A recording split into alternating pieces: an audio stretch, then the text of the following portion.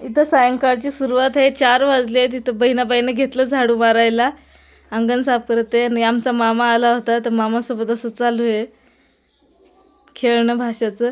त्यानंतर सर्व काम आवरलं होतं. मावशी इथं आराम करत बसली होती टी व्ही बघत. टी व्ही बघता बघता मग त्याच्यानंतर बहिणाबाईनं जेवणाची बी तयारी चालू केली, कारण की मावशीला आणि आईला उपवास होता सोमवार. वरण टाकलं होतं तिनं, तांदूळ निसत होती भात बनवायला. त्यानंतर पप्पा आले होते मोसंबी घेऊन, ते सोलून द्यायचं काम चालू होतं बाबूसाठी. आणि तर गोष्टी पण चालू होत्या सर्वांसोबत. सांगत होतो आईला आणि पप्पाला. खूप दिवसानंतर असे सर्वजण एकत्र बसलो होतो.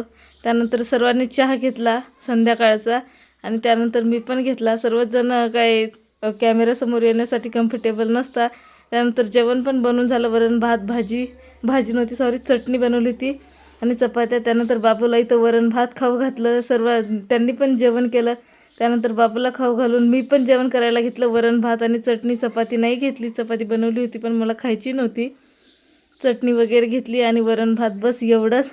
आणि असा संपवला आजचा दिवस. भेटूया पुढच्या ब्लॉगमध्ये. तोपर्यंत बाय.